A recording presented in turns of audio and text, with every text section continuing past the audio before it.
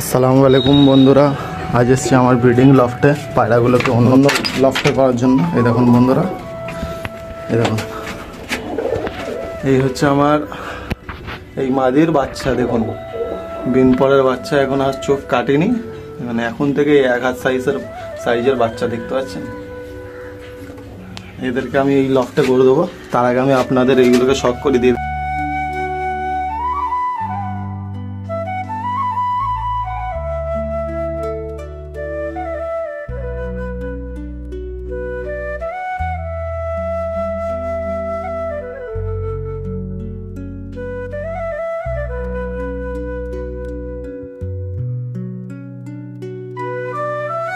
দেখুন বন্ধুরা, খারান কোয়ালিটি দেখুন। যাও যাও যাও,